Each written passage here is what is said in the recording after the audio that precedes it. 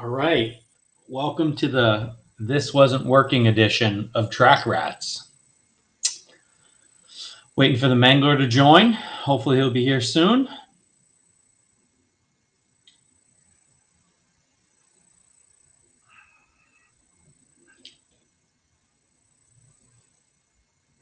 Beer. Good.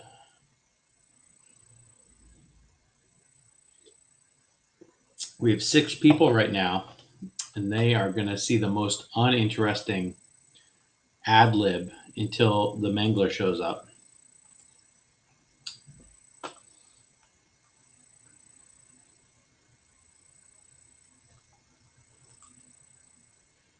If anyone's in the universe, they can say hi. We got 6 people on so far.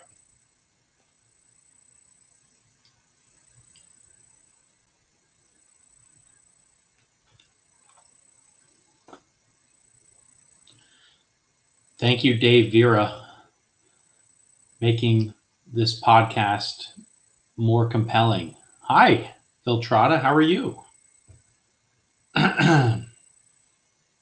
Nice to know we have our regulars.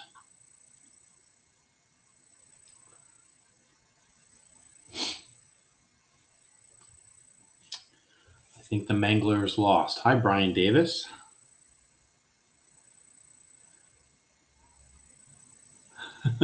I miss you too, Phil. I imagine Phil's very busy with his Mustang trying to break land speed records. Sad part is it's amazing what these dumb electric cars can do. I know that's nowhere near the same as a naturally like a normal combustion engine, but still, it's fucking stupid. I guess it's just like nitro versus electric in RC.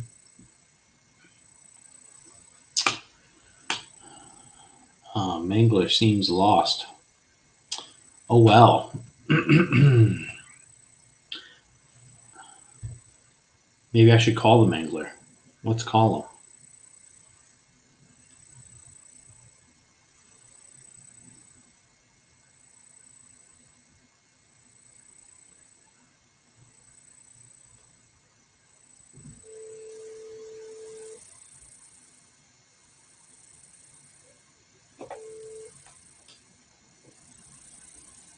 Hello. Oh, here we are. All right, look at that. Bye-bye. Easy process, bro. It isn't easy. You just don't click on things. No, I gotta email this shit to my work computer. Then I gotta log into my VPN. Fucking do that. I mean, it isn't like it's fucking. You can't just type a few characters. I can't Google. I can't open Google Mail on my phone. No. I mean, there's like 1, 2, 3, 4, 5, 6, 7, 8, 9, 10. There's 12 characters you have to type. No. Okay. All right. Cool. Well, anyway, here we are. Hard. A little late. And are we live? We are live. We got 15 people. We got Trotta, Brian Davis, Dave Vera. They're all here. They've hung through the last 4 minutes of not you. It's pretty big. That's commitment right there. Yeah, it is. What are you drinking? Like high C? No, this is cranberry apple and El Ranchero margarita strawberry mix thing. Okay. That's good. Sure. I'll take your word on that. You would hate it, but I know. I totally fucking hate it. Looks. What are you drinking? A beer. Okay. That's what men drink. Beer. Not really. Women drink it too. Facts. So, anyway, what do we want to kick things off with? I don't know. We'll probably start with me and then go to you. All right. Let's start with the Mangler. What happened in the world today, Mangler? Don't you have some historical fact for us? Because yeah, I do. See? Uh, today is the birthday of Carol Burnett. Also, Okay. the birthday of the guy who created the architect who created Central Park in New York City. All right. Yeah. He also did the 93 World's Fair, something like that in Chicago.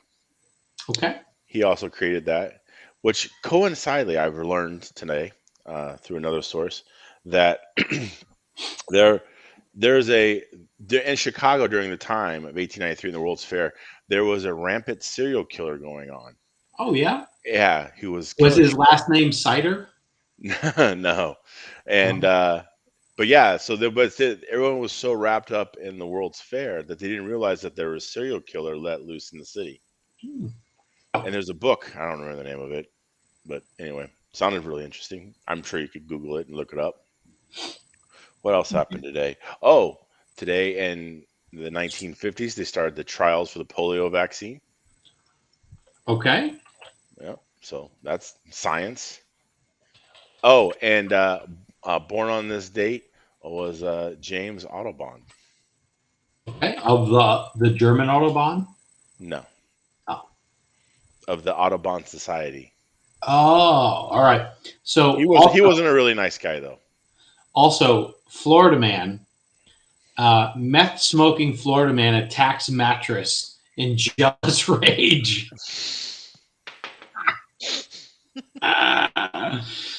That's pretty good. There you go. And He that's was a Florida man. hallucinating. Yeah, Big surprise. Florida man. yeah. Yeah.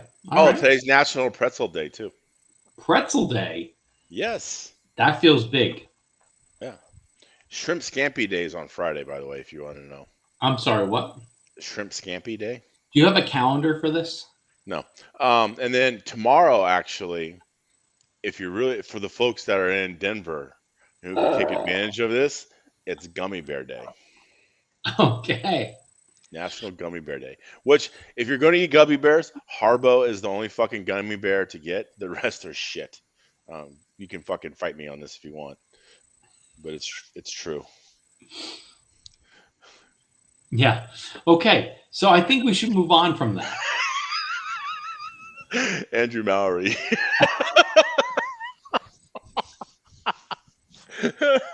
Agreed. What the fuck? Yeah, I don't know. Where do you come up with all this shit? This is the fucking brain, kid. It just works. I don't know if that's the brain working. I think that's just some sort of weird dimension. And you've No, walked into. It's the like the truth Twilight Zone. the truth of it is that fuck the truth. I'm not even gonna tell you. Fuck you. Okay. All right. So, what's the next question? You're going to describe what happened this weekend. Yeah, we don't usually have a topic. Like What do you mean? don't we have like a whole thing? There's a segment, asshole. Oh, sorry. I missed this part of the segment. Where is it? Oh, here we go. When's the last time you failed? I can tell you exactly when.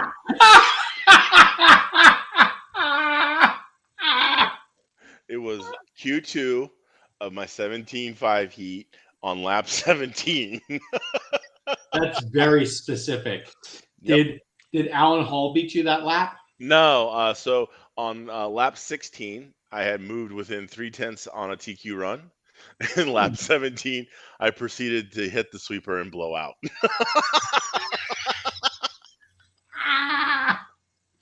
Fucking Okay. spun my shit into a wall, with that PVC pipe, and Yeah. double body tucked myself. Oh, that's hot. That's a good look. Double body tuck. That's pretty big. Because the pipe went right underneath the back and fucking pushed both my shits up. Mm.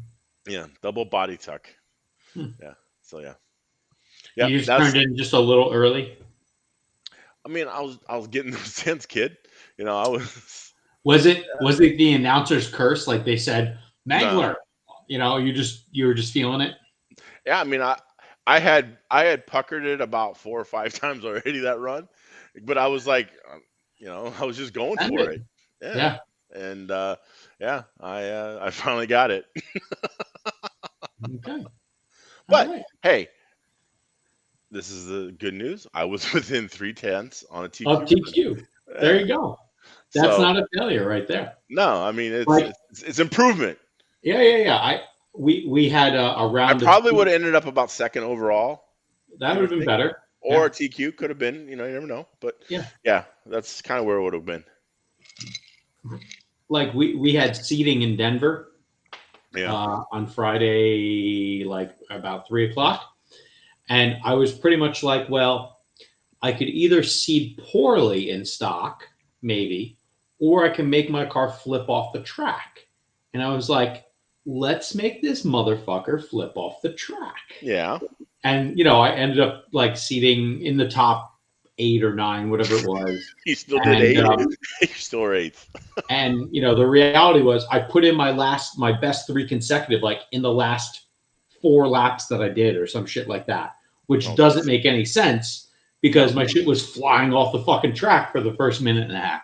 Well, you got all the dirt on the tires, so finally you stopped flying off the track. Yeah, exactly. So, Yeah, but yeah, no, that was I have the exact moment in time. Yeah, you can watch it on video too. It's wow. It's out there. But no, so this weekend we had the Florida State Series race in beautiful Flagler Beach, Florida. Which, if you don't know where Flagler Beach, Florida is, either did I. But it's supposedly north of Daytona. And so yeah, it's a town or whatever, just north of Florida, north of Daytona. This is in a random parking lot somewhere? It is literally in the most random parking lot you've ever seen in your life. There's a fucking Winn-Dixie, and then there's this Woody's barbecue place. Nice. But yeah, it's a parking lot. It's like old school. Like, a lot of us who have been white lines and white pipes. You don't even know where the fuck you're going half the time. Nope, not at all. And a lot of time, a lot of people who've been doing this for a long time, at some point in their life, either started off at a parking lot or had to race at a parking lot somewhere. So I remember growing up and we'd go up to Anderson, Indiana, and race at I think they had this place called Apple Market, some shit like that. Anyway, they had a parking lot, and we used to go race out there. We used to race oval in the parking lot, and yeah, it was, suntan lotion and just saucing up your tires, and yeah, it was a good time had by all. So anyway, it was a throwback to that. I can't remember the last time I raced in the parking lot. So it's been a while. And yeah, so it was fun. But again, it's a parking lot. So yeah, but yeah, it was a good setup. Chris Crowder and the people in Daytona put on a good show, well run, decent crowd. It was, I think, 80 some entries. So big Euro truck contention there, huge. So that was I think it was the biggest class. Was Alan Hall the dominator there? Alan Hall dominates Euro truck, dude. Like, that guy will fuck up a Euro truck class in a heartbeat. Like, he is untouchable. Yeah. I mean, seriously, anybody wants to come down, go for it, because there ain't nobody in Florida that can get him. That seems exceptional. What do you mean? I'm just impressed. It is exceptional, the fact that he's so fast in Euro truck. Yeah. So, any case.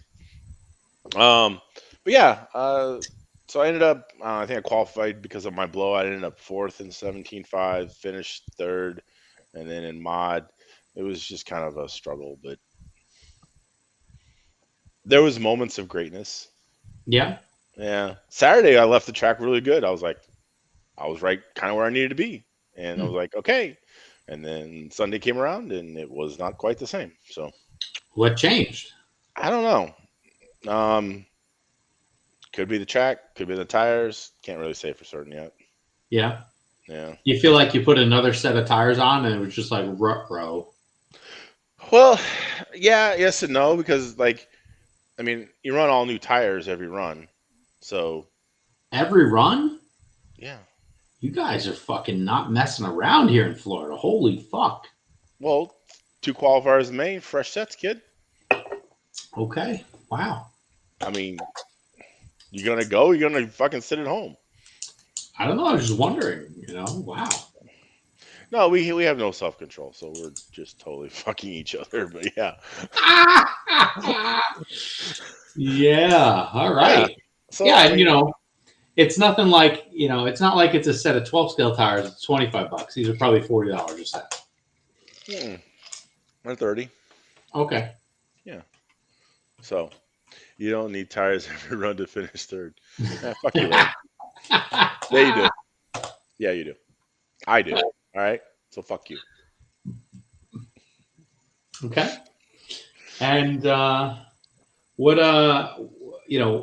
what was the sort of like name of the game with this track? Like, was it hard to get a rhythm down? Um, I the watched some of bump, the videos. the bumps, they kind of played a little bit of a havoc. Mhm.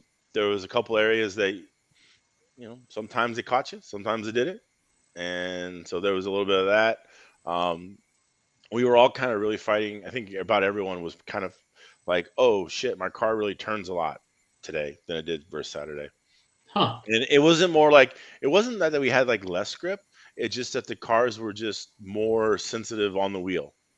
So like, you know, I didn't have to turn as much to get the car to turn the way I needed it to, but it Yeah. didn't feel like I really had less rear grip, if that makes Okay. sense. The cars just seemed more edgier or maybe more on top of the track. Hmm. Um, so there was a lot of detuning from Saturday to get the car back to more neutral, balanced, lengthening wheelbases, adding bump toe, things like that to Hmm. really kind of get the car back to where it was. Um, Whereas like even in mod, it was kind of like I had to, switch bodies, went to, you know, twisters instead of Okay. running the anti because the anti was just so aggressive. So Hmm. yeah, things like that definitely um, kind of numb out the car a little bit because it was just kind of so much edgier. And it wasn't just me; it was other people. So um, it was a consensus kind of across the board. Well, Hmm. but yeah, it Yeah. was like I said, it was a parking lot. You ran downhill in the backstretch and you came around the thing and you kind of ran back uphill and it was a lot of that. Yeah. I like So it. yeah, it's, What it's was the always driver stand like in a parking lot? Because that's okay. usually the thing that really defines like what you're working with. Are you standing on a hill? No, And, so oh, it's I Florida. got There are no hills. Yes, that's no, right. there's no hills.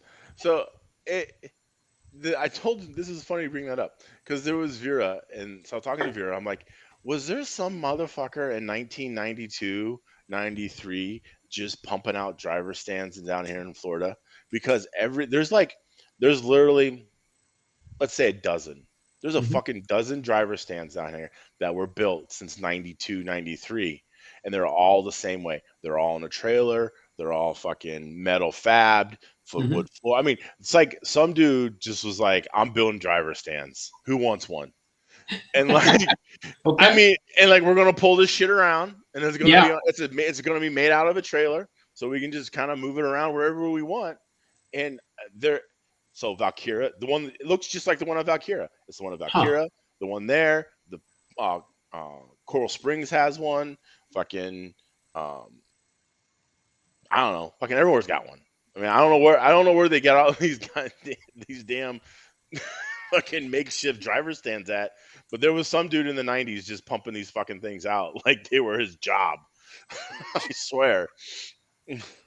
All right. It was I don't know, and Vera really couldn't give me an answer, but he's just like, yeah, you're kind of right because and he started thinking about it. He's like, because I just said 92, 93 just as a joke, and he's like, yeah, I think this one's been around since about 92. Yeah. Crazy. Yeah, so this thing's like 30 years old, and they're still just dragging it around Florida, and we're racing on it. Yeah. So Wow. yeah, but yeah, I don't know if someone knows the history of the um, Florida driver stands, let me know. It's got to be interesting. Um, but yeah, so yeah, learn some. Just it's parking lot. You can only take so many things away from it, but Again, good turnout. Nice to kind of being back to your roots. I think that we should get more parking lot racing down here. Yeah.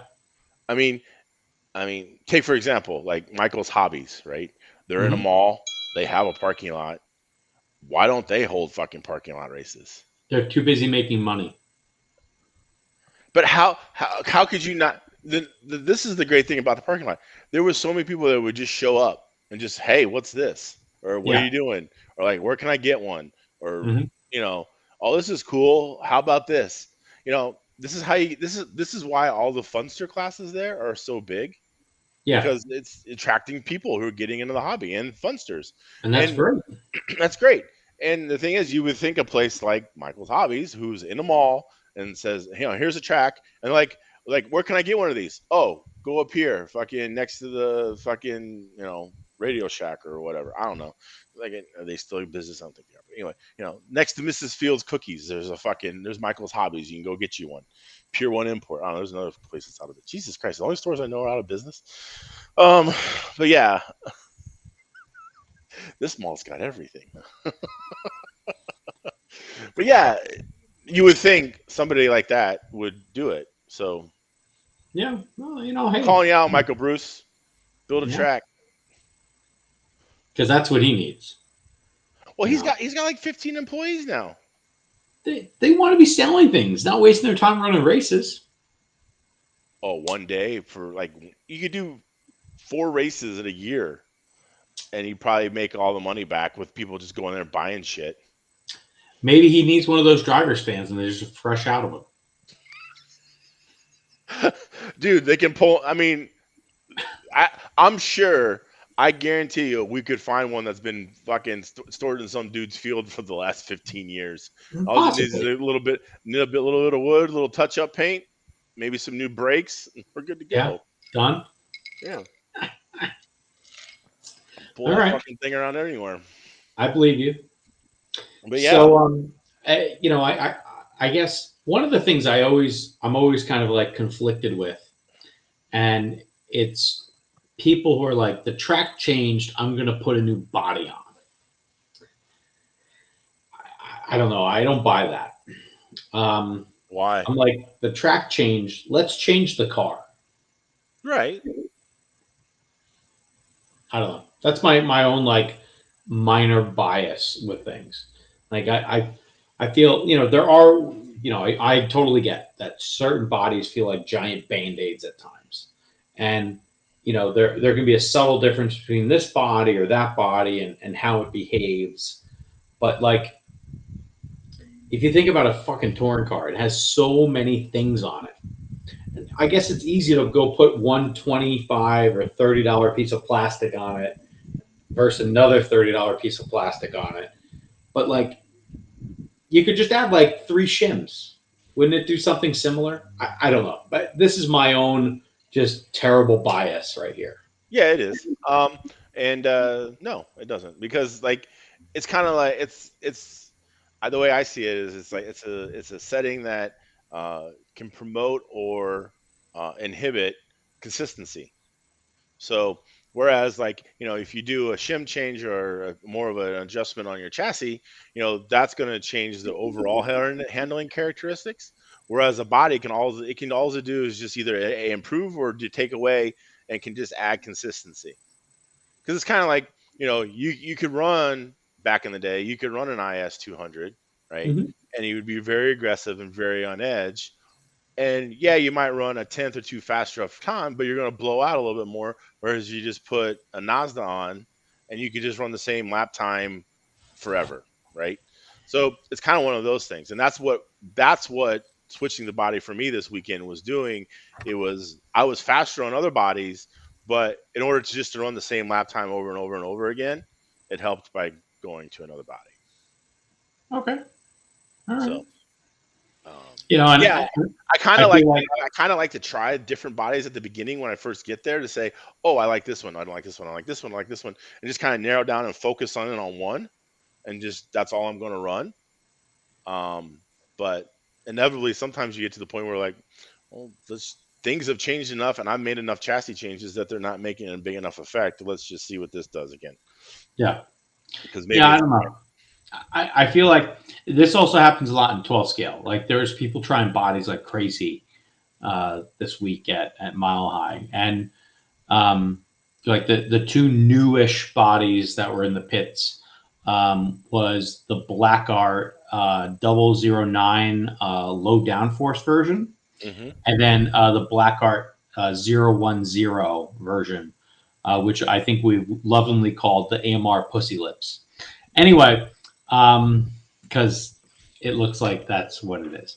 Yeah. Anyway, and I don't know. Like, I've gotten myself to the point where I run this one body in stock 12 scale, and that's what I run, and I don't really give a fuck. And if the car needs to do something different, I'm gonna put a different spring on it, or I'm gonna put something else different on it. I'm gonna change caster or whatever. And I might have failed at that, this weekend. But I have an excuse as to why I failed at it this weekend. And it's because I had no fucking tires to test on. But that's a different problem. And I already voiced my opinion about that at the race on Friday. And I'm just going to try to calm myself down. They wouldn't sell your tires? No, there wasn't tires. There was tires for racing. That's it? That's it. Okay. And then it was found out that right before racing started, we have a box of tires. There's 50 sets left. Well, they didn't want to sell out real fast. Yeah. Mm-hmm. Angry Panda right here. Angry Panda. Everyone in the annex heard it. Well, what did they hear? Can we fucking a lot of screaming.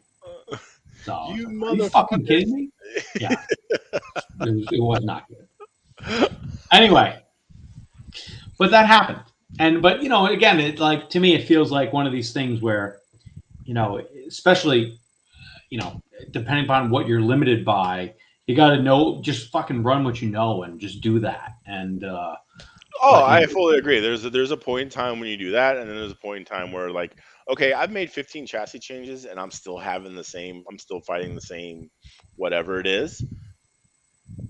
What does it take? Fucking, it takes 20 seconds to throw on a body and go try it and be like, oh, it's different. Now it's better, or now it's not better. Mm-hmm. I think it's just, you could do the same thing as coming in, adjusting your B gap or A gap, and then going right back out. To me, it's not any different. Yeah, I agree. I just, it's always funny to me, how sometimes bodies are the more of the go-to versus just shim changes or something like that. Well, I don't know. And the thing is but the people wouldn't do it if it didn't make a difference, right? I can tell before I quit, there was many times where all I had to do was switch a body, and I would go 3/4 of a lap faster. That was it. All right. I'd start off the day on one body, felt good. The car would get edgy, just switch to the other body, gone 3 seconds, a lap faster. That how's that any different than just saying, oh, I'm gonna put shims here or shims there? I don't know. I'm just just making conversation. That's all. I get it. But and then also your body program is not the greatest. So what do you mean, kid? Oh, my dude, you bring and this is the guy that brings so many bodies to a track and then never runs. He runs the old beat out one that's that he's had since last year's Snowbirds. Oh, this is still good. Get off your wallet. I can throw a new body on there. Yeah, one of those two bodies that you borrowed, I ran that in practice. Yeah. Because I fixed it and made it actually fit the car, and sure, whatever. Yeah. It had less ripped wheel wells on it, so I ran that one in practice. Yeah, and that's you're the only dude I know who was always about getting brand new race paint. It's fresh fucking race paint. And my fucking painter sucks. Fuck him. Never shows it one time. No, my painter's the best. I love them. I don't like how bodies keep on changing. You lie like a fucking rug. I've Probably. heard you cuss more. What I'm trying to say is bodies change and people might mind fuck themselves. And but when you don't stop mind fucking yourself, you can then get race paint. So. No, but the thing is like you'll bring all this race paint. Race paint shows up to the track like it always does for like everybody. Because then there's never a fucking painter that's on time. And so anyway, they show up to the track, then you never fucking run them. So then last time we raced together, I totally ran race paint. I spent a whole night fucking mounting bodies. First time in like 2 years. Well, that could be. I think it was the first time I got race paint. Well, no, you had a whole other stack of race paint that you brought with you. You didn't even fucking use. Yeah, it was probably the wrong body. That's why. Ugh. You know, you had to dial in on the body you want. That's the thing. But you don't do that. You just run the same body every time. So what does it matter? Well, now I figured out the fucking body I run. I only run this one body, and that's it. You've only run the same body in stock 7 touring or 12 scale for like the last 2 years. No, I really picked up on. I decided on it fully at the NYGP this year. All right. I even this past summer, I remember July 6th, I was at 360. It was some day. Donnie opened the place up. We ran one day on that weekend, and I tested a shit ton of bodies. And I was like, this is the fucking body, right here. And I was like, I got, other bodies close. And then I tried them at the NYGP start. I was like, okay, they feel good. And you put the other body on. You're like, oh, look, 3/10 faster. So, right. I get that. So you get it. But yeah. All right. On that one body, October of 2021. Okay. And I that's the same body that I ran, and I felt no need to change whatsoever. Yeah. I was, I'm wholeheartedly with you. Yeah. But I don't know. It didn't work out for me this weekend. Literally, I think my best run of the weekend was my first run with my car on brand new tires, and it was jackknifing off the track. But that meant it was very fast. It was just like, oh, fuck, how do you drive this thing? It was so fast. Just take out dual rate. What's that? Just take out some dual rate. I tried. And I took out right turn. It was that bad to the right. I was like, oh, fuck this shit. So, yeah. Anyway. Hold on. So you took out enough dual rate that affected the throw left to right? No. I only took out right. Because I tried dual rate. It wasn't enough. Because then you couldn't do the lefts. Yeah. It was really good. That's Larry Fairchase has just puked in his fucking floor. That's fine. After hearing that. It was a handful. That's all I could say. It was a handful. I had to make a setup change. Sorry, Larry. The car was slightly tweaked too. That's really what it came down to. It had a tweak in it, and I had to do something to get around the tweak. So, all right. Yeah, it is what it is, man. So, anyway, but I are we done talking about Florida? Oh, no, other than if you want to go watch, you can watch how my accident caused the guy who was leading the race to get knocked out. Why you gotta be laughing about that, bro? I would be like, I'd have my fucking head in my hand and be like, I didn't do it. Somehow or another, I peeled the leader. I didn't peel anyone. I did not peel anyone. So my car was up against the pipe. Yep. Did you just tap out on exit or something and it went bam? Yeah. I was inverted, mm-hmm. And so the marshal came and then took my car and flipped it 180 degrees and almost like literally, if you watch the video, it looks like he threw my car at the leader's car.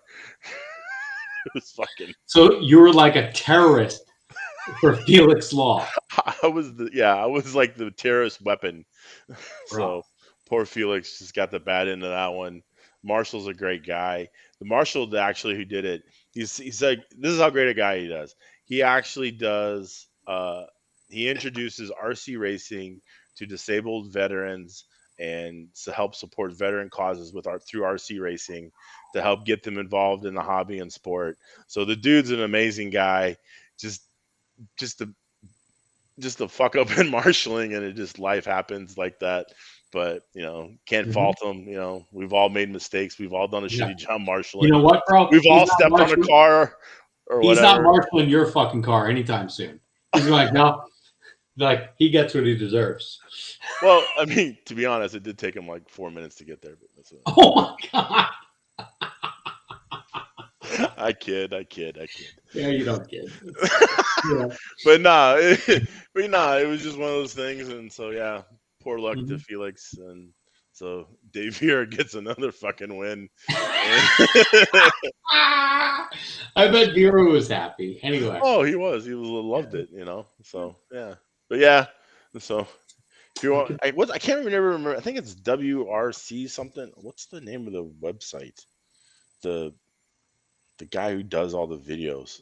Great coverage. I mean, I tell you what, I think Florida has some of the best coverage of racing Yeah, they do a great on job. on any level. Mhm. Yeah, WRCE. You can follow him on the YouTubes, on the Facebooks. WRCE. Guy does it. Danny Paz, I think is his name. So what happened here, Ken, is that Mangler blew out. He drove basically right into a board going around like a poker table. He blew out on exit, parked it at 90-degree angle, and somehow or another the car got turned around 180 And degrees and thrown basically thrown across the lane. right It into kind of looked like he was, honestly, I don't know if it was thrown. You might have just been full wood in it, because if you were full wood in it, you could have at least claimed it was a radio glitch. who does that these days? Donnie had some hell of radio glitches, destroying his fucking car many a time. Really? Yeah. I think that's Donnie's like, fuck this, I'm just in this car's life. Yeah, but he calls it a radio glitch. Yeah, that happens. Who's done that before? I honestly, I don't think I've ever done that before. But oh no, not again. dude, that shit ain't on purpose. It just happens. The fucking thing, it's a combination of things. One, a really hurting touring car.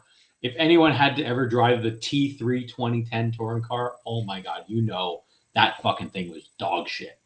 And that plus way too much cowbell with some cracker trying to run mod touring, and he had no right running mod touring. And yeah, exactly that. And but hey, when you know that you're dangerous, that's when you have a second one. You pull it off the shelf, and you're like, okay, I'm going back out.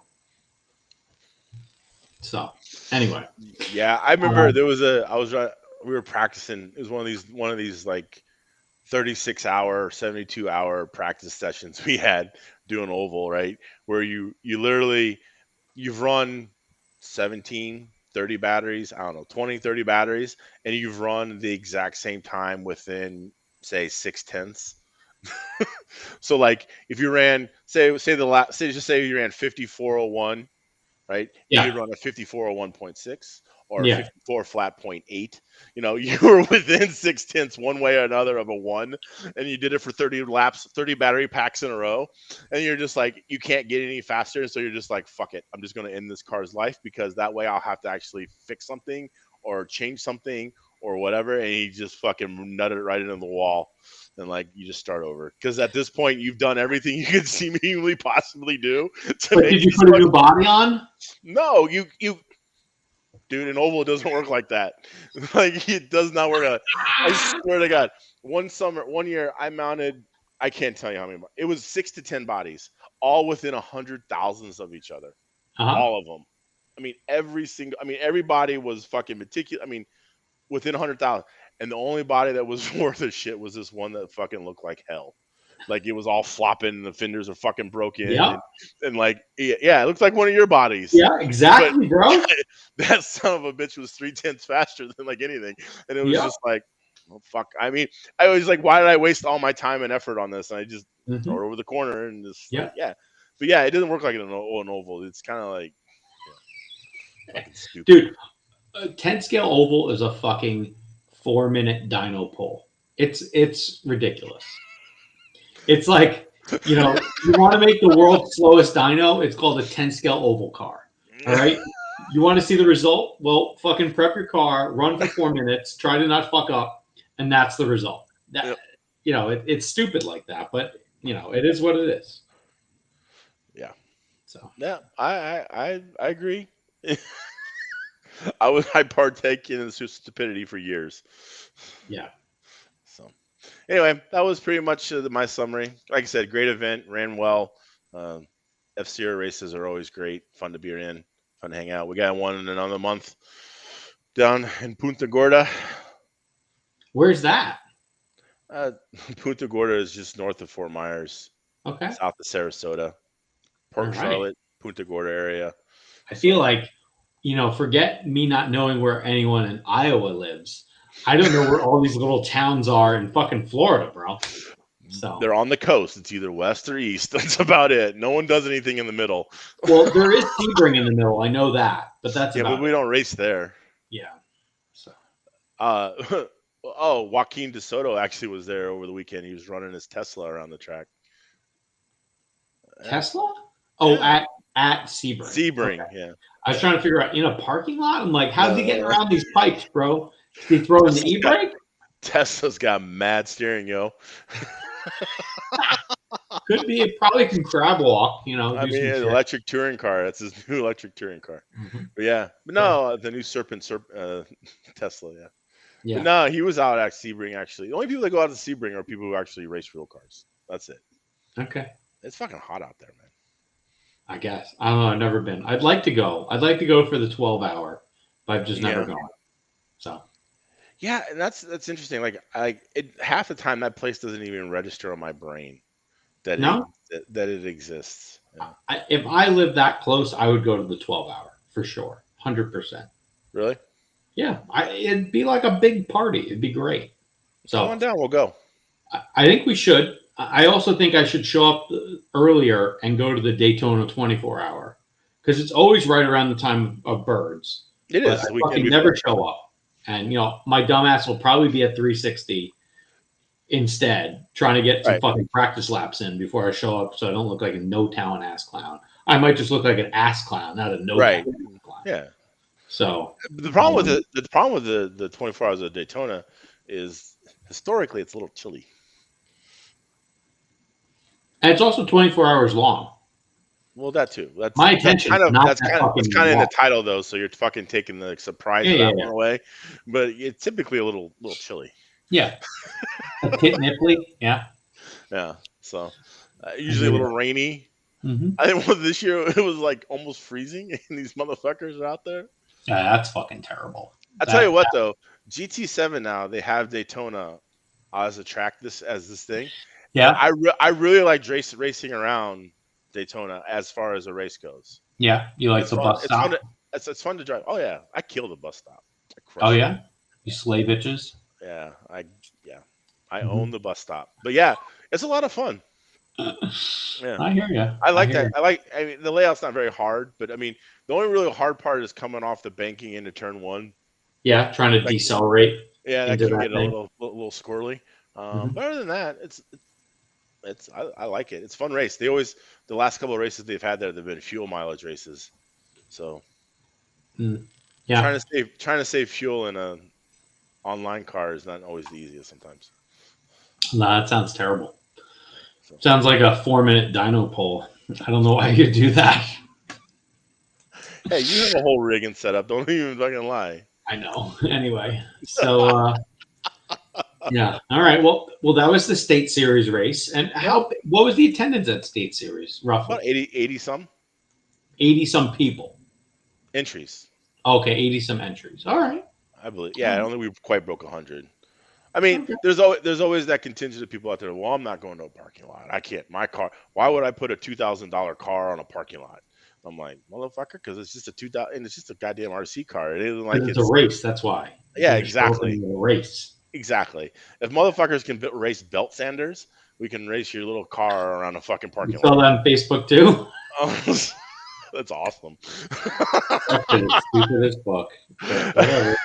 I want to know who the guy was that came up with that. I'm imagining it wasn't the guy who had it happen to him. It was someone who laughed at him about it. Right. Because there's no way someone's like, I'm going to race this thing.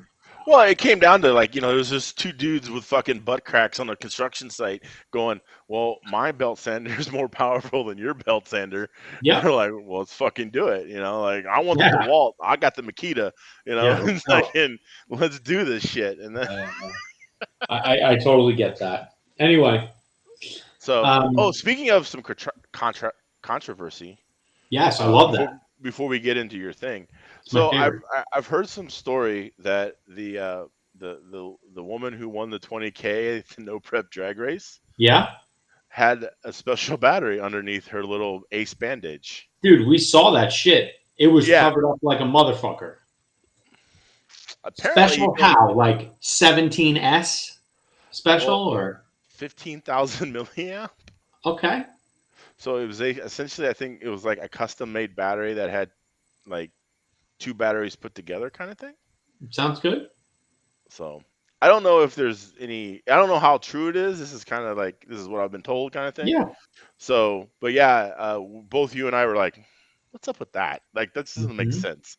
Yeah. And dude, I'm not saying we know how to cheat, but I think we know how to realize that something is going on. Okay. Exactly, because no one in the right mind fucking uses an ace bandage. You just spent fucking, like I said, you go to a race, you just spend fucking $5,000 to show up to this race, and you're gonna use an ace bandage to fucking hold your car in? Nope. Nope. Not a single fucking chance in hell. Shady as fuck. But whatever, dude. Like there could be a reason we just didn't learn about it yet, or they're just hiding something. Yeah. And it's really fun, like when you find a way to hide in plain sight. All right. And something that I cannot do. Well, and I'm not going to say that this is hiding. All right. But in plain sight, I can tell you this. There were two gentlemen this weekend who sat next to each other. All right. They were there all week. Okay. One of them, his car was totally hooked up. Tires squealed because it had so much fucking traction. And the other guy was, he traveled across the Atlantic to get here. So, yeah, and did anything look different? No. What was different? I can tell you the guy who's slow, he has no fucking clue. And yeah, it's one of these things, man.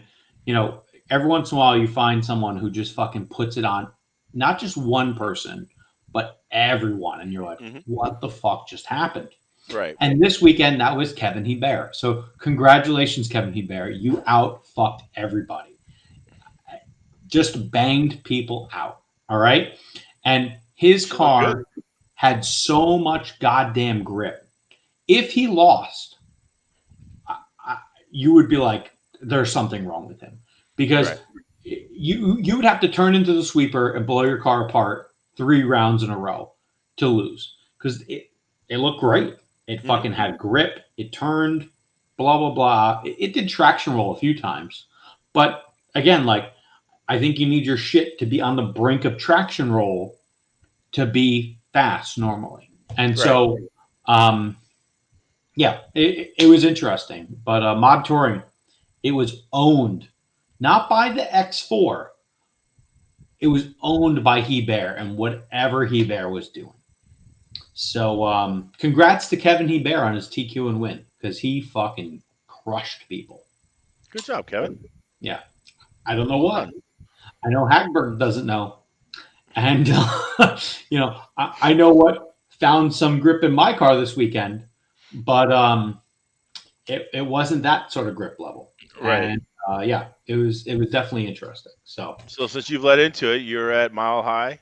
Yeah. We were at Mile High. I'm going to ignore talking about 12 scale because I didn't have tires. I almost didn't run the class. And did you have to glue? Yeah, I glued tires, yes. For 12 scale? Yeah, I glued sidewalls. Yeah, for sure. And I know, one gentleman came up to me. He was having problems with his car. And, the poor guy, he went up to Sam He's like, my GT12 car running in an A12, blah, blah, blah, does this. And I think, sometimes Sam's mind explodes because he might not think about some of the stuff that people do. I do dumb shit, so I totally get it. And he described the car traction rolled on entry. And I was like, oh, you need glue on the front of your tires. That will fix everything. If you traction roll on exit, maybe you have too much front camber. That's the biggest thing I found. But like on entry on black carpet, it's definitely lack of glue, or the sidewall's too big. You could roll around maybe with like a 38.9 front and not glue. That could happen. I didn't try that because the tires that I brought to the race drove different than the tires that we had specified for the race. So not all blue stripe or purple stripes from BSR or CRC seem to work like the ones that we had this weekend. Don't know why. Don't even care. I'm moving on. Because what I was excited about was this new tire from Gravity. And I don't even have a set of the tires here. Well, I kind of do, but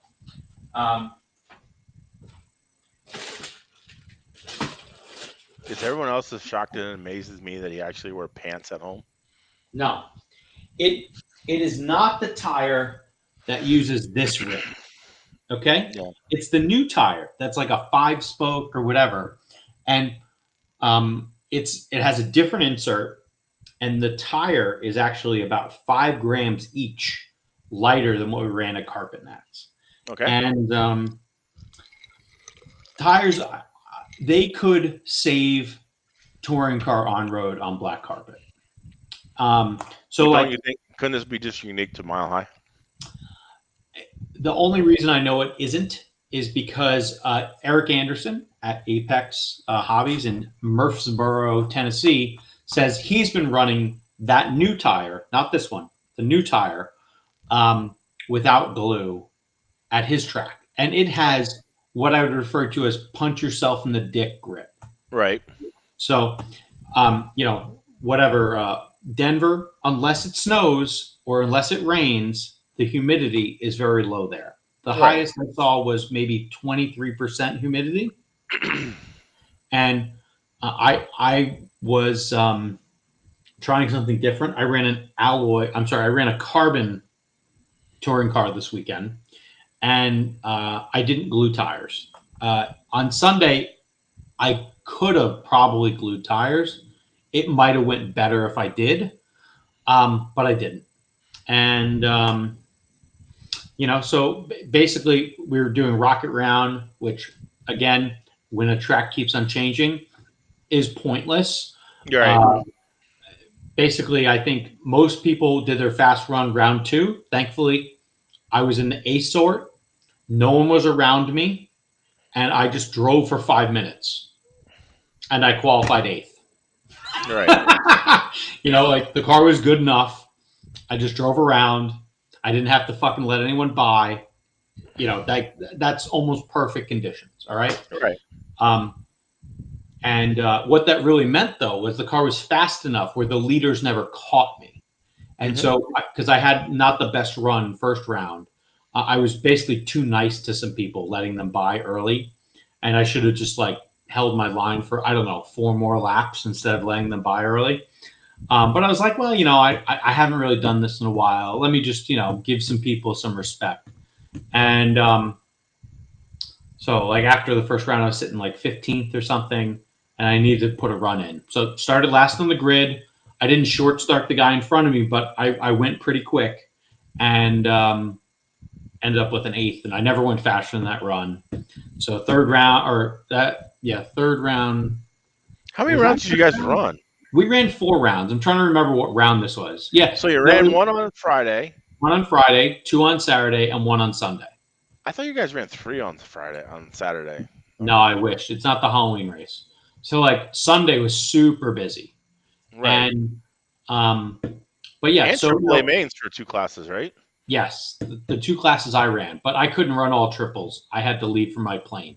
I left at 4:00, and I ran doubles. That's all I could run. Right. Sorry. But whatever. And yeah, so like especially at that event, I really think qual points are real. But again, whatever. It's same for everybody. I'm not going to cry about it. The track kept on changing.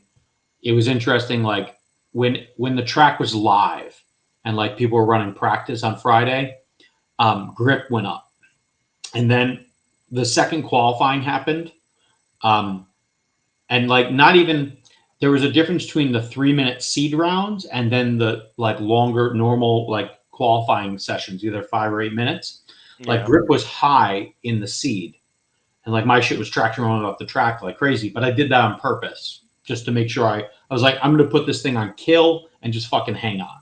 Mm-hmm. And then conversely, in that first main or first qualifier, I had nothing. Fucking car was going nowhere. I didn't change a damn thing. And it's just like all the grip went away. And so I thought that was also kind of like an interesting occurrence, just like letting the track kind of cool down. It wasn't guys going out every 3 minutes with new sauce, and saucing up the track. So it really made a big difference. So, yeah.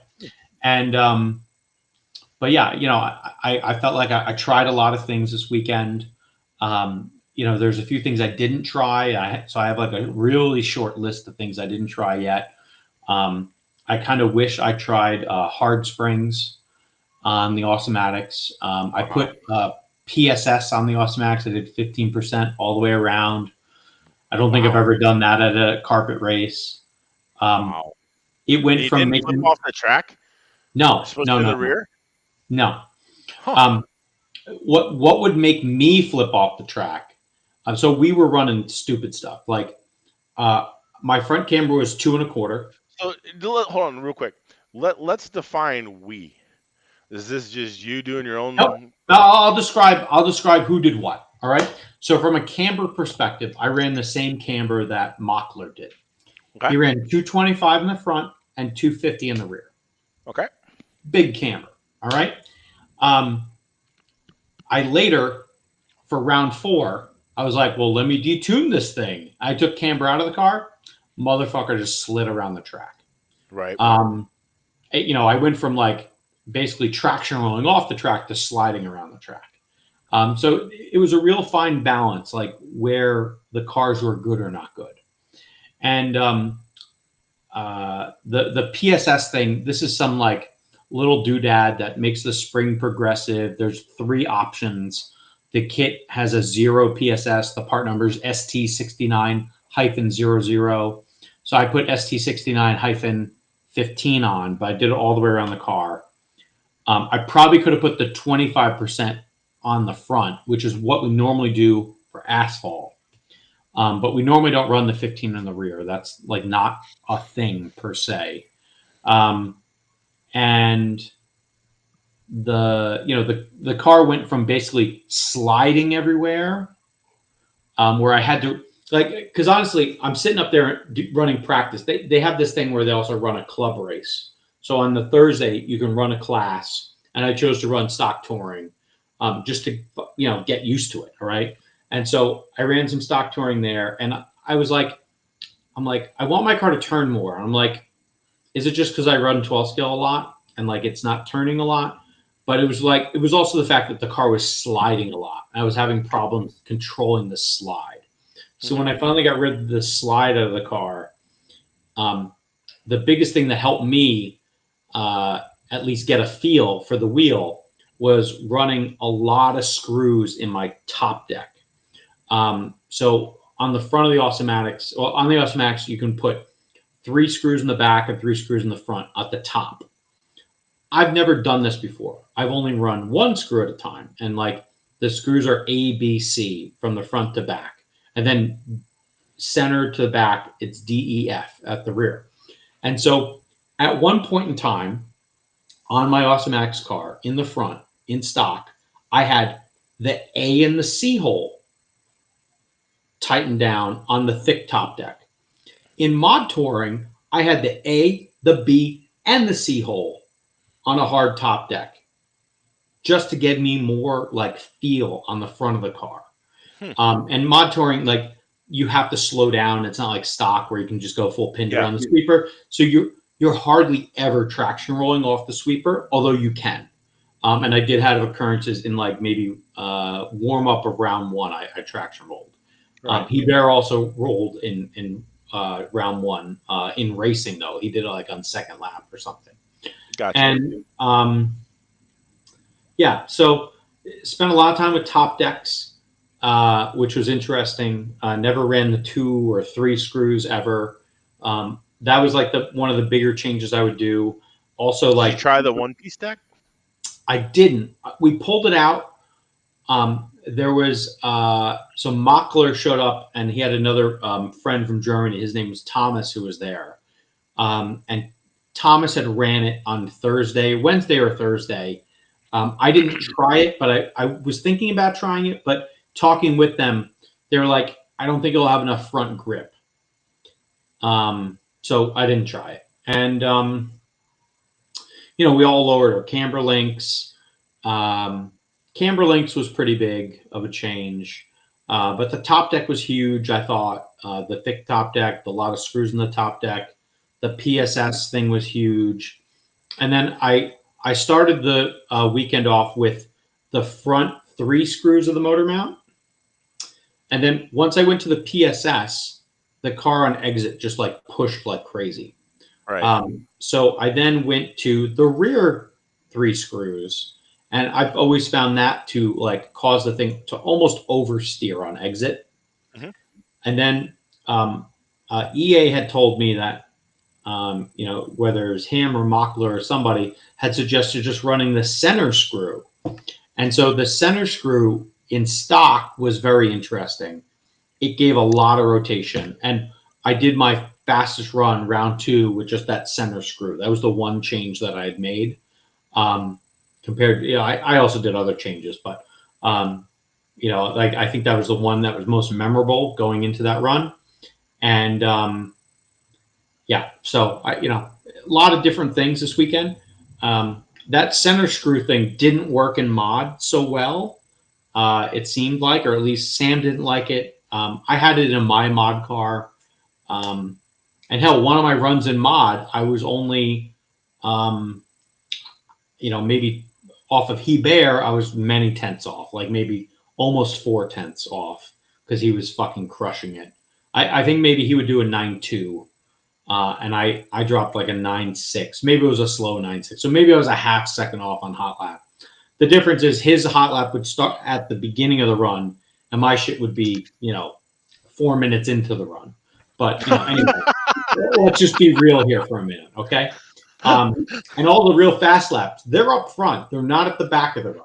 It's, that something else is going on. So, but yeah, anyway.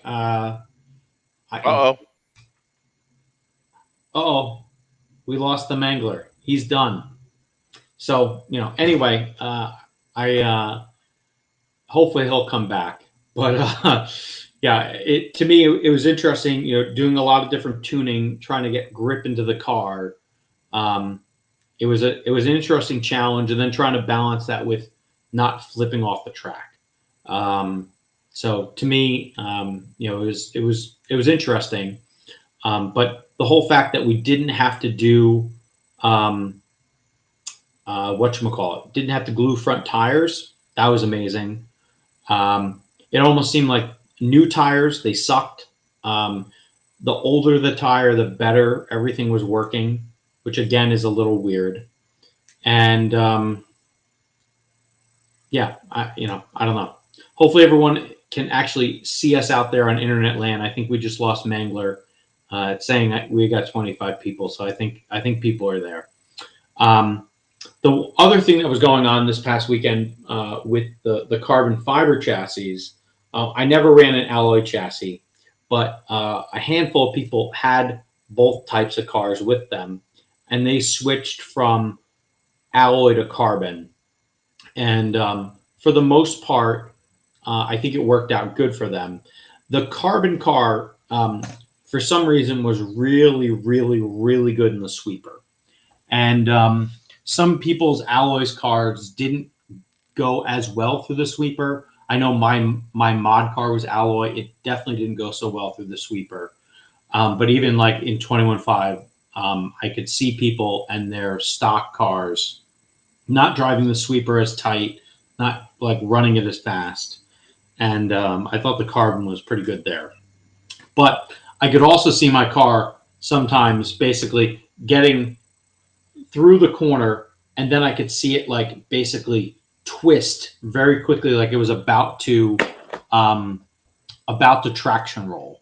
And so if you know saw that, or you kind of, I want to say you felt it, but it was really like you could see like the body moving a certain way. You're like, uh-oh.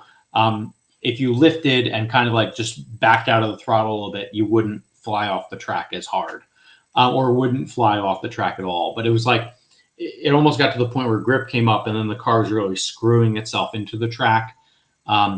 So you know, if I lived in Denver and I ran at 5280, there's no doubt I would run a carbon fiber chassis all fucking day long. There's no point in running something heavier than that. They just don't have the grip, especially for normal club racing. But yeah, you know, I think it depends on how many people show up, how grippy the place is, and of course always what tires you're on. But that new Gravity doesn't seem like it's the softest of tire, and I'm not complaining because frankly I just hate gluing tires. And like you know, it's somewhat, although there was an inconsistency in the car with different sets of tires. I think it came down to how many minutes you had on the tires, which drove the performance more than anything else. And some people, they had death marks on the inside shoulder of the front tire, and that was their fastest set of tires. It didn't explode, but because it was so thin, that was their fastest set. So I don't know. I thought that was interesting. Let me see if I can see what happened to Mangler. I'm asking him if he's alive. Hopefully everyone in Florida exists still. But yeah. All in all, decent weekend. Can't complain. And we'll, I don't know. We'll see what happens. But yeah, Mile High, great turnout. Really good support, I think. Nice to see a mix of people from the north and the south and the east, in the west. I met people from Iowa. I've never met anyone from Iowa. So, yeah, maybe I'll go to Iowa someday. I don't know. Someone needs to invite me to a race, and we'll do that. But yeah, it was a good time. I don't think there's always, like, every race there's like minor annoyances. You can complain about anything, no matter how great it is. Some people complain about banging supermodels, whatever. It is what it is. You can just complain. But for the most part, the team there at 5280 did a good job. They have a new president elected at the beginning of the year for the club. His name's Rick Wilcox.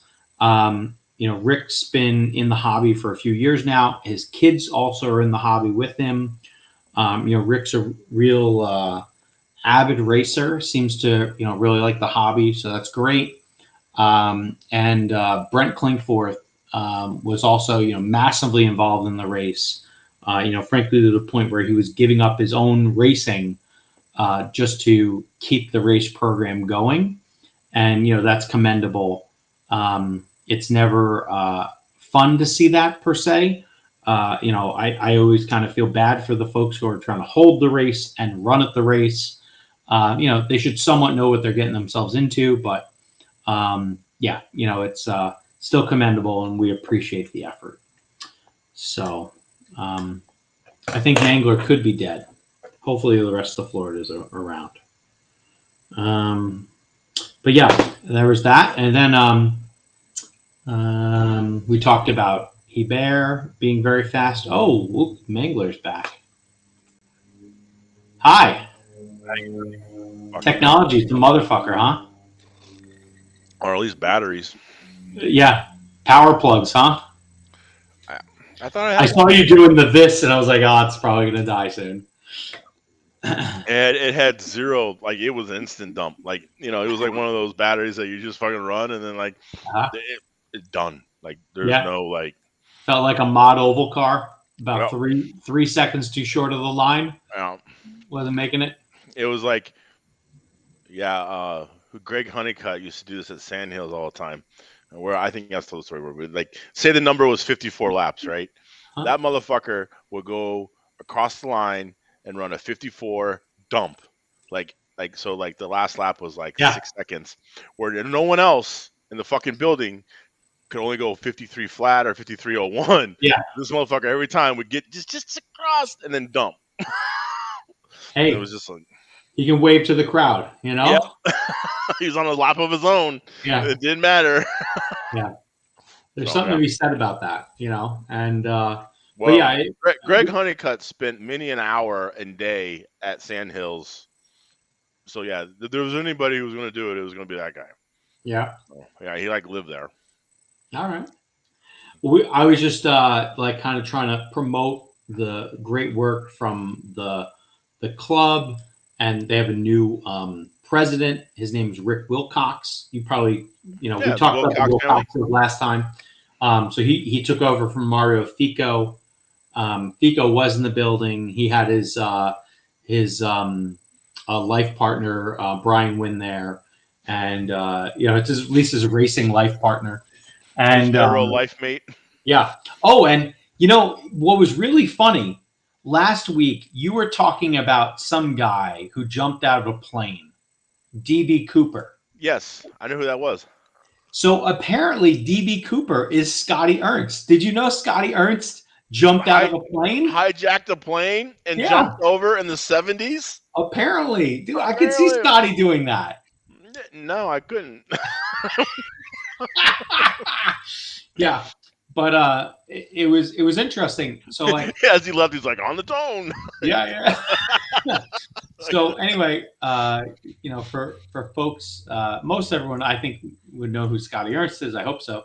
But the funny thing is, I've never seen Scotty Ernst race. I've never seen him race. I've seen him at races. Really? I've seen him announce. You've never seen Scotty race? I've never seen him race. I've seen him I've seen him half-ass like some random Tamiya car around the track or some bullshit. But Scotty's the guy who only races like 4 times a year and can still fucking pretty much make an A main if the car's good enough. Yeah.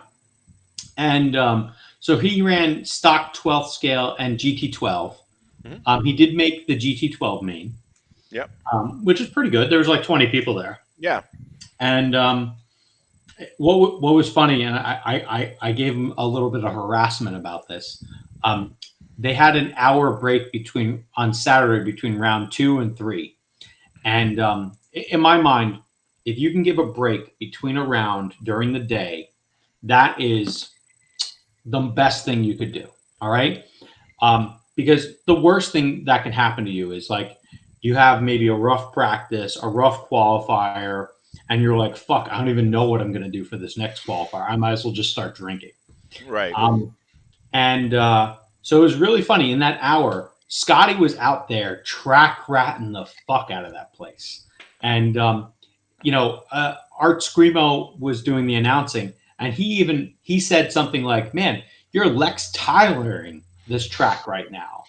I don't know if Scotty got that reference, but I explicitly brought this up to him as he was getting off the track, running to his pits to change something. And it's always nice to encourage people to, think about, if you're the racer, what do you really want? And so Scotty could have just went to lunch, but he didn't. He was out there. He was doing his thing, running packs. Mm-hmm. It was nice to see, I like it. Yeah, he's known to jump into an 8 scale car every so often. Mm-hmm. Yeah, a Nitro 8 scale, and run that. I've known he's done a little bit of off road here and there. Yeah, and yeah, again, for a guy who maybe only races a handful of times in a year, does pretty well. Yeah, not bad. I remember when I first met Scotty, I'm like, he's this guy who owned this track in Wisconsin, right? And you're just like, okay, this guy owns a track in Wisconsin. Yeah. And then I remember one day they're like, he's gonna race, and they're like, yeah, he's a wheel. And I'm like, really? Yeah. And he's like, okay. And then like, yeah, he was. And I was like, Yeah. oh, shit. I did ask him about this. He was sitting there marshaling in a corner, like on the sweeper. I was like, "Hey, Scott, it's great to see you racing. I've never seen you race before." And he said, "Well, a long time ago, he ran an event at Trackside in like the late '90s. It was some Tamiya race, and he had just went to like the Tamiya Worlds and done well, or maybe won something. I don't know. He did something, and he had all these people come to his race. All of them come to his event, and he said he crushed them at the race." I wasn't there. Maybe he crushed him, but he won. All right. Yep. And he felt bad for having people go all that way and then him beating them down. Now, most track owners, I've never heard say anything like that. Mangler, you were a track owner for a little while. If you could beat somebody down who came to your track, you would beat them down. Yep. Right? Yep. Eric Anderson, he's a track owner. He will beat some people down. Donnie Leah, he's the craziest guy. At the NYGP this year, he won that mod 12 scale main. And he's like, this was my 4th battery pack. So he'll be like, yeah, I beat you down and I hardly ran. Yeah. So, yeah, I don't know. You know, it's definitely an interesting perspective on it. I think I'm too much of a racer. If I were to have a track or if I were to hold an event, I probably would find it very hard to go to a race and not race. And not to take anything away from the people who run Tamiya races, because there's some good.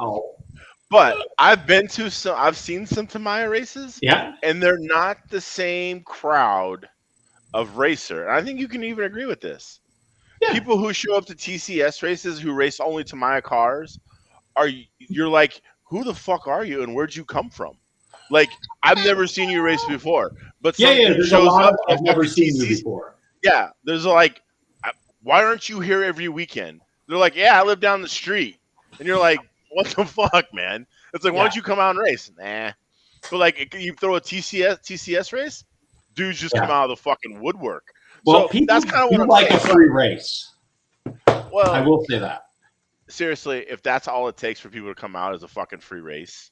Yeah. Really? We might as well have all entries be free, but you have to buy tires of the track, and it would maybe cover it. Or whatever. Yeah. You can race for free, but practice is $10. Yeah, maybe. I don't know. Right. So anyway, I want to do a rundown of where we thought people would be in racing. I think you own me on this one. I don't know. We'll see. I do you like. Already probably figured it out. No, I didn't at all. But I had it written down, and so I busted out the computer. I was doing this on the flight home, but I haven't posted anything yet. So, all right, mod touring. We said Sam, Hagberg, and Kyle. That's what I said. And then you said Sam, Hagberg, and Kemp. Well, we are fucking totally wrong because T-Bear wiped his French Canadian penis all over everybody. It was he probably heard our show and was like, yeah, dude, he must have been motivated by it. He banged people out. All right. So kudos to him. Mind you, as I do this, my computer just fucking reboots on me. So anyway, horse shit. Welcome to my fucking world. Yeah, horse shit. We've had a lot of technical difficulties with this tonight. Dude, it didn't want to start today. Your headphones wouldn't fucking work. Yeah, dude. My computer battery dies. I mean, it's just fucking. Yeah, it's like the world doesn't want track rats. Yeah, up is down, left is right. Whatever. The world doesn't want track rats. So anyway, they're gonna get it. Yeah, we're giving it to you. Don't worry. All right, so the computer came back, so maybe this will be quicker. So anyway, then in 17.5 touring, I said Max G Kemp. You said Kemp G Johnson. So Max won. I'm sorry, no, I take that back. Kemp won. Yep. Max was second. Yep. I don't remember who was third, so I got to go look. Third was Kyle. And so Kyle, he decided to stop no, actually, I take that back. He blew up a motor in mod touring, and I then think he had this aha moment, and it was kind of like, let's stop the insanity and let's run some classes that I won't hate myself in. And he ran stock and super stock, and like without really much practice, put his car like third, fourth on the grid. Did very good. So he came away in the single A main third on the grid. So we also didn't have him. So like, did any of us get a point yet? Well, we got a little bit of the Sam and Kevin. I mean, and we didn't get Kevin, but we got. No, Sam. We didn't get Kevin. Kevin gave it to us. We got the Sam and Hagberg. I mean, there's some points in there, but I mean, yeah, you're right. I mean, we're kind of. Yeah. Anyway, but like that was a change in the entry list. All right, so that's the only thing I'm going to do. All right, and then stock touring. This again was triple mains. I said EA Craig Max. You said EA G Max. The finishing order was Max EA G. That means you're a winner. That I am. All right. And hey, it's good. You got to win something, man. All right. And then USGT, I just said Nano and someone else's name that I can't read, and then Vlasic. And it was Nano, Byron, and Jose Moreno. So, yeah, anyway, don't know if we're too stressed about that one. Mod 12, we said Sam, Alex, Kevin. It was Sam, Alex, Kevin, but it was Alex taking the win from Sam. Sam was running what I'd call the Donnie Leah setup. I sort of, it was better in practice, but it was one of those things where it was better in practice and it was like better in that like fast seed, but it probably wasn't better during racing. So he didn't run his normal car, and I'm probably partially responsible for that. So sorry.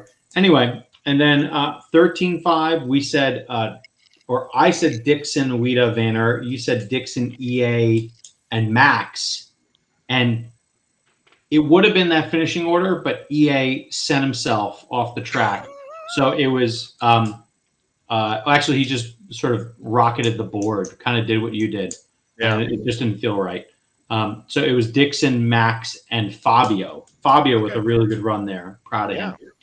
And then stock 12. So hold on, let's stop for a second.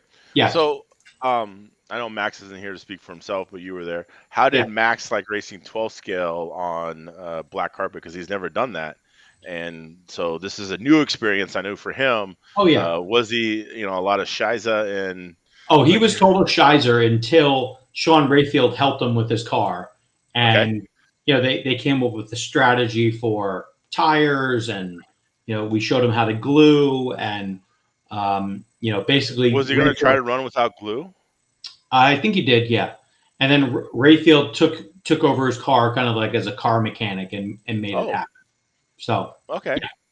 Yeah. And so why did Rayfield? Hey, Rayfield, Snowbirds next year. You want to take over my shit? Hey, you never know, man. Rayfield has been a dude behind a bunch of wins, and so yeah, he really knows what he's doing. And then he totally knows what he's doing. Put up what he said.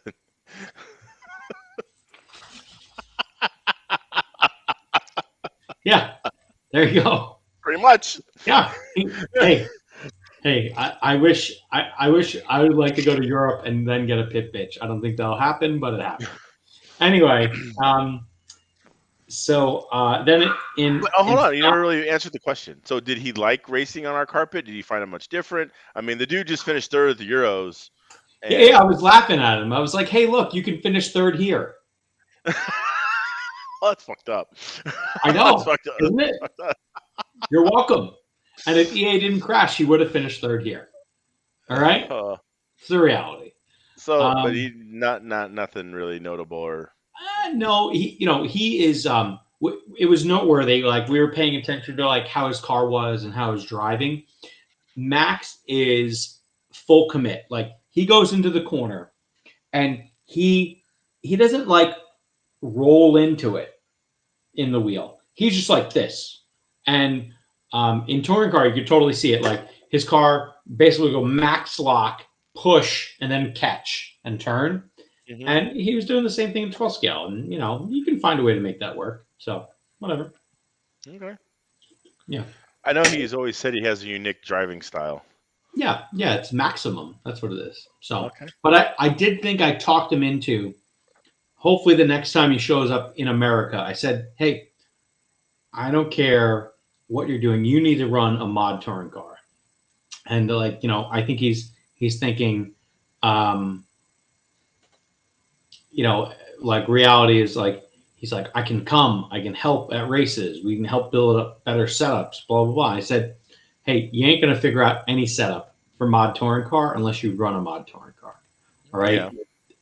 It's so different. This sort of like, sissy stock, super stock stuff. Shit ain't going fast enough. It ain't accelerating fast enough. It doesn't fucking matter. You got to put a mod motor in. So hopefully he listens, puts a mod motor in. So 17.5, we said Dixon, Rayfield, Weta, and it was Dixon, Cody Burke, and again Fabio with another good run. Rayfield got fourth, and Rayfield passed me like lap 1 or 2, and I was on reruns because that's all the tires you had. Well, because it originally said you had 4 sets. Yeah. And then, it was like, oh, go buy more sets. And I was like, no, I'm fucking done with this. I'm on my 4 sets. I don't give a fuck anymore. And you're still salty about the whole entire thing. Dude, I'm salty as a motherfucker still. Right. So anyway, because this isn't the only race this has happened to this year. All right, dude. Big races we went to. I went to a little race. I was like, well, okay. If you go to a race at 180 and they don't have a lot of tires, okay. I'm like, I can stomach that. Bro, we went to fucking Snowbirds and there wasn't tires. My mind is fucking blown by this. And so here on out, any race, it's a spec tire race and you're supposed to run their tires. If there's not enough tires to practice, you can just fucking have my entry back because I ain't doing it. It's a fucking waste of time. And so hopefully this motivates people. Just have some fucking tires. All right. Or you know what? Let 5 less people enter or 10 less people enter. Do you think this is a byproduct of 5280 not ordering enough or they're not getting sent enough? They didn't count. Okay. So it's on 5280. Correct. So, but dude, like the challenge is if people don't sign up for the event, I don't care that the other people didn't sign up for the fucking class. I signed up for the class and I want. Well, it's not like they're buying the tires anyway. They're on consignment. Yeah, for the most part. And so, but like, I think people need to have like a tire math in their head where they're like, well, at 12 scale race, these guys are dumb enough. Let's just assume they'll all buy 7 sets. What? That's the number that I had in my head. Like I literally, like you're like, I'm like 7 sets. Yeah. Per person. So if I can't buy 7 sets, I'm not running the class. 7 sets average when you got people like with big deep pockets like you and Van Aert and that. Yeah, 8, 9. Fucking Menard. Hell yeah. Well, Menard should just buy a factory. Yeah. Come on. Yeah, exactly. Guys like that, they're just fucking. Yeah. So, Anyway, and then in GT12, we said it was going to be Dumper, Rayfield, and McGee. It was one of them. Rayfield took the TQ. He did not get the win. What I have written so far is TQ holder Sean Rayfield had an unfortunate single A main event being taken out by a crybaby backmarker while attempting to lap them. Oh, wow. Savage. Anyway, that's what will get posted. So Cody Burke won. He went from second on the grid, and Walter Henderson got second. Walt the Assault. Yeah, Walt assaulted that thing. And as I Where said, is this? Who's this Cody Burke guy? There's some talent from states that we've never been to, and I think he's in Well, the Dakotas. Dakotas? Yeah. Okay. There's two of them. I'm not sure which one. There's a north and a south. Yeah. But what I'm trying to say is, I haven't been to his house, haven't been to his home track, and he doesn't buy anything from me that I'm aware of. So I don't know anything about it. He has a track? No. I haven't. Whatever his local track is, I don't know. Okay. So anyway. Up there in Fargo area, Yeah. But Cody ran well. He had stock 12 scale TQs for many of the rounds. And Dixon finally just got his stuff together. There's that whole Montana Dakota 12 scale contingent that's been strong here and there over the years. Like they'll just kind of like the Minnesota, Wisconsin. Yeah, which used to be the Michigan, Ohio. It just up at the border states, and it just keeps on going west. Where it's really fucking cold all the time, and that's all they do is just pound 12 scale packs. Yeah, that and Schlitz is fucking, Okay. Again, who was the start with a W guy who was really fast? Out of like North Dakota or Montana or something. And then there was another guy used to run a CRC car. Older guy. He was a fucking farmer. Mitch Whitman. Well, there was Mitch Whitman, and then there's another guy. I can't remember his name now. But yeah, he like won a bunch of races too for CRC. And those guys just showed up. Like you're like, where the fuck do you race? And we're like, for a while, it felt like CRC drivers would just come out of the woodwork randomly. Mm-hmm. And I had a tussle with Mitch at I think the 15 Halloween Classic. I think I TQ'd. Mitch and me got into it, and then Weta won.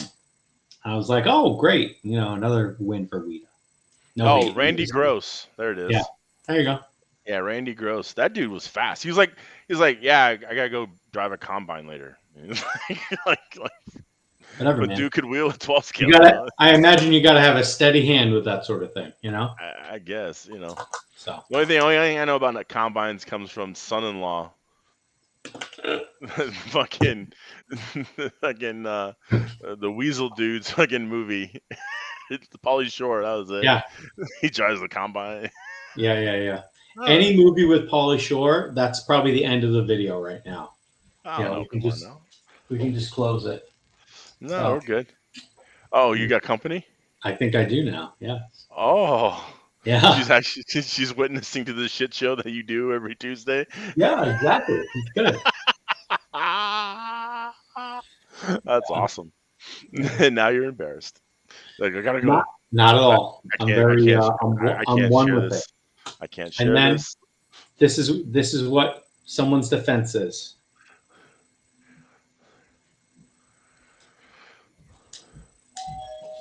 I don't know what happened. I didn't watch that. That was probably Amazon. Maybe delivering your talent. Okay. So. Wow. David Panther works at an amusement park. I think that's pretty cool. He does. He runs like an amusement park now. Sure. He's like the fucking Walt Disney of the West. Yeah. So anyway, that's my little rundown from the event. All in all, good time. Yeah.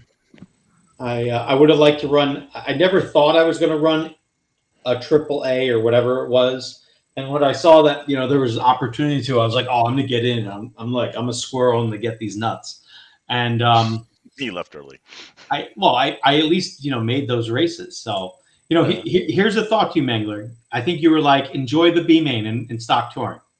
Have an apology here? Are you ready? You qualified 10th, motherfucker. It wasn't like you were just fucking solidly in the show. I qualified on my second round time. I just sat there on it. Yeah, and you kept progressively falling and falling and falling. Dude, the last round 4, I'm car 9 at the time, and I know. okay, you were watching. Great.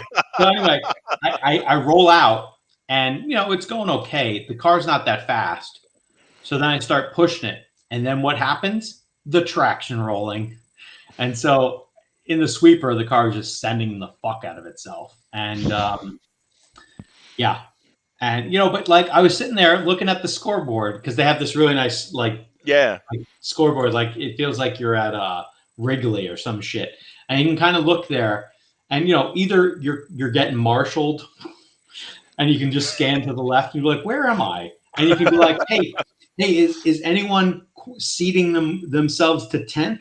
No? Yeah. Okay. Well, I guess I don't have to cause more chaos.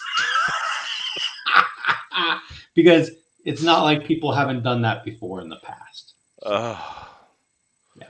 That's awesome. You got to get the run in once, That's all well, so congratulations on qualifying 10th in stock. Yeah. Hey, did I finish 10th? Nope. I don't know. Did you? I finished 9th. Oh, okay.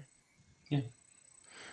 Congrats. But I know you're more than anything else. I was excited about like finding a little more pace in mod, and my first run in mod, I did a 99.0% consistent run, which was pretty crazy. Well, considering it's only 5 minutes too, you were doing much better than not dumping. Like you did the carpet nets. Yay! We fixed some of the dumping. No, like it's very funny actually. If you do all this dumb shit with like softening and trying to make the motor like run, like not run as aggressively, it actually dumps harder. Because you're in it more, and it just like bad shit happens. It can, so I need to basically my warm up laps. I look like I'm fucking Tokyo drifting it, and but yeah, it's it wasn't bad. It could always be better, but like I was pretty happy. I think I was one lap off of Kemp, and Kemp said I beat his super stock TQ time, so that meant I deserved to be in the field. Yeah, if you can run faster than stock. Super stock. Yeah, it's pretty good. Yeah, so, I didn't feel like that much of a no talent ass clown. Just a little no talent ass clown. Whatever. Well, good. You can take your moral victory and see what that gets you at the store. Yeah. So now all I'm sitting here contemplating is, well, A, where am I going to race this weekend? And what do I do with these I have one new touring car, and I have a mod car. I'm like, what do I do with these cars? Do I molest them into asphalt cars, or do I do something else? I don't know. What else is there to do? Pretty much it. So I'm probably just going to chassis swap. I'm going to write some setups down and chassis swap them. And so you didn't stick with the carbon? Oh no, I did. You did. Okay. On the mod car, I have the chassis swap. On the other car, I don't have the chassis swap. So, okay. Did Brian Johnson stick with the carbon car? You mean Brad Johnson? Brad, sorry. Yes, Brad ran carbon. Bill ran carbon. I ran carbon. This other guy, Nick Williams, ran carbon. Eric Jones ran carbon. For a while, we had like 5 carbon cars in the seed. We had 5 of 10 cars that were carbon chassis. Wow. And we still had 3 of 10 cars in the main that were carbon chassis. That's pretty weird. Like that's not normal. Right. So yeah, I don't know if it's enough to change the outlook or game, but probably won't change the landscape. But I can tell you this: at Snowbirds, I'll have a carbon car. All right. 100%. So you're gonna stick with this TC on carpet thing? If I don't have to glue fronts, hell yeah. Yeah, you're kind of right. It does make sense. Yeah. But yeah, I think it's gonna be Jayco's. Okay, whatever. And but hopefully I don't have to glue tires on carpet. And if I do, I'll just struggle at that and cry about that. Whatever. It is what it is. But yeah, I still think there's a few more things we can do to figure out grip. I got Mockler a little motivated to try to give you some thoughts. Did he hit you up yet? Yeah, we talked a little bit. Nothing about setup, but okay. He's off crew chiefing a Club a Sport GT4 Cayman car. GT4 car. Yeah. And I said, I just drove one of those the other day on Gran Turismo.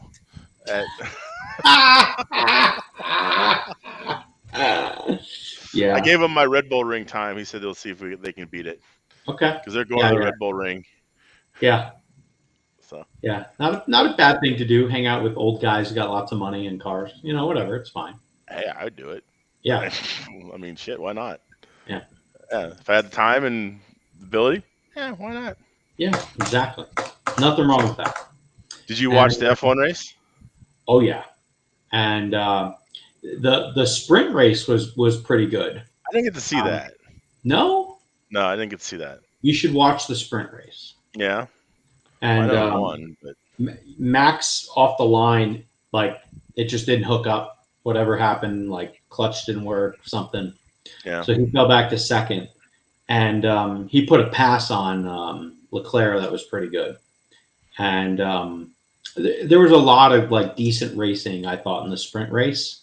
Not like the most amazing, but like that track is not the best track in the world. Right. And yeah, but I don't know. I the whole mix up because of the rain and like people getting caught out in qualifying. The only thing I watched qualifying. That was really good. Yeah. Yeah, I was like, oh wow. The only thing that blew my mind about the whole thing was just like how fucking bad the Mercedes car is. Oh my God. Yikes. Not good. Because in years past, if Hamilton started scratch on the field, that fucker could finish second.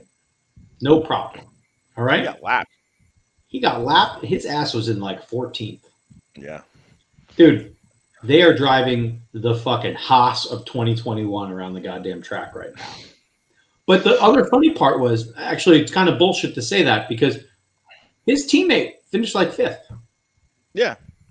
Well, a couple times they've been better. He's been faster. Yeah. And I guess there was some argument between he and the crew chief after qualifying. Yeah.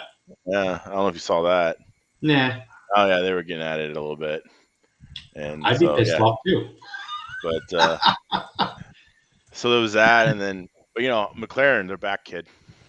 Yeah, it looks like it. Dude, it doesn't look bad. It doesn't. No, it doesn't. Looks better than Mercedes. Doesn't look bad. Like the Alpine was hurting, I would say. Yeah. I expected more out of them. Alfa Romeo looked pretty good. I think you gotta understand too. I think some of it had to do with the rain. I mean, oh yeah, but in the dry, like in the race, there was the cream kind of came to the crop, and so like Magnussen put it like 4th on the grid or something stupid like that in qualifying. Right. Yeah. That's because he got lucky and he's a wheel. That's all. Right. Yeah. But like a lot of it is luck, and then it's more than that too. Once it dries up, then it's like Hamilton can finish 14th. Yeah. So that's like Sam being in the B main. If he runs 13.5. Or if he runs stock 12 scale, then I expect him to be main. But Yeah. Otherwise, the worst I'd ever see him do is like he'll finish second in 21.5 behind G. That's like the worst I've seen him do. Yeah. Anyway, it's just one of those things. So I don't know. Not a bad weekend. Did you see Talladega? No, I like it. I don't watch anything NASCAR. No. Don't even care. All right. I don't know. What happened? Talladega wasn't bad. Okay, that's great. Did they wreck? Did you see the Nets? Did they have a big wreck? Of course. But how about this? Did you see the Nets go out 4-0 versus the Celtics? No. Oh, got destroyed. Anyway, but like they lost by like 4, 5, 7 points, something like that in like close games. But you get 4 and out, then you got your ass whooped. So yeah, pretty much. Yeah, you get swept, not good. No, never. No. Speaking of basketball, I started watching the HBO series that has talks about the Lakers, the rise, and it has John C. Reilly or whatever. No, Last Dance. Oh, no, that's the Bulls. Yeah, I don't know. I haven't seen the Lakers one. No, it's not a documentary. This is like it's a movie. It's a series, kind of fictional, non-fictional kind of thing. And John C. Reilly plays Jerry Buss. Okay. And he's fucking. It's like the 70s, right? So like he's unbuttoned about right there, and he's just got the fucking fur flying. Yeah. And it's just like he's just living that best 70s life possible as he buys the fucking Lakers. and like he talked about how the drafting Magic and all this shit, and it's really it's not for everyone. Let me first preface that. Like this show, like people are gonna watch the show. Like if I say something, people are gonna watch the show. It's fucking stupid. Well, right, it's not for you because you're probably an idiot. But anyway, the guys that did Adam McKay, they did the one about the housing market crash, and they did the one about the vice president. What was that name? What was that thing called? Anyway, they did those movies, right? Where they kind of like the person will actually turn and talk to the camera, and they kind of break that fourth wall. And Yeah.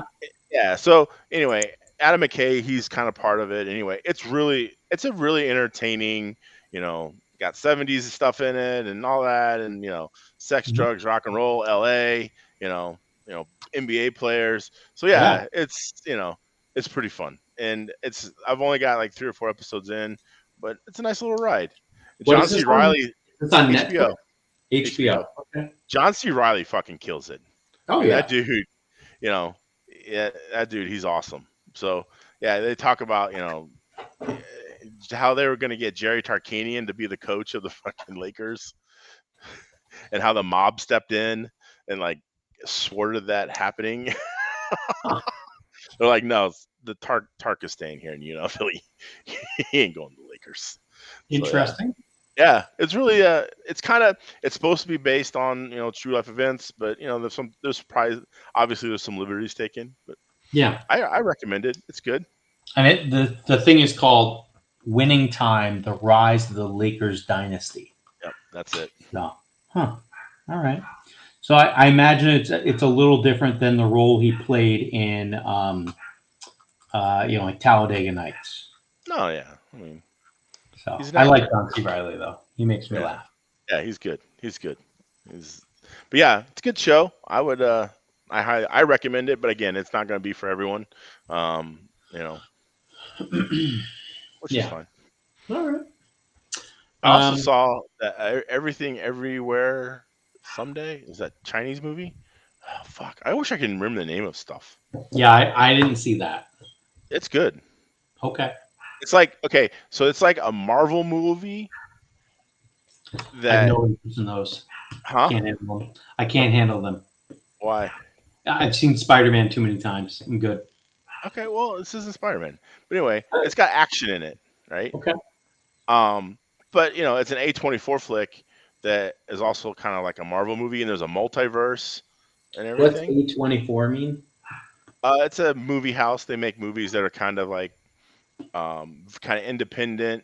Okay. Very like they cover some good topics. Point controversial necessarily.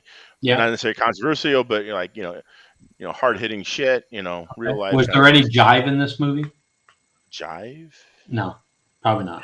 No. How about that last show? Was there any jive in that? I don't know. No. The Lakers they show the guy who plays Kareem. Yeah. They show him doing his scenes from fucking Airplane. Nice. I like that. And the kid's like, I really like you. He's like, fuck off, kid. Yeah. Yeah. Yeah, we were trying to explain jive to Mockler this weekend. It didn't really work. It didn't resonate, but whatever. Why? Why would you try to explain jive to a German? It just happened, bro. It happened. All right. It was in the moment. So, all right. A lot of Europeans don't get American slang. They don't understand it. Yeah, I get it. Where are you racing this weekend? Not. You're not? No. All right. I'm probably not going to run for a couple weeks. What? Maybe 2 or 3. That's weak.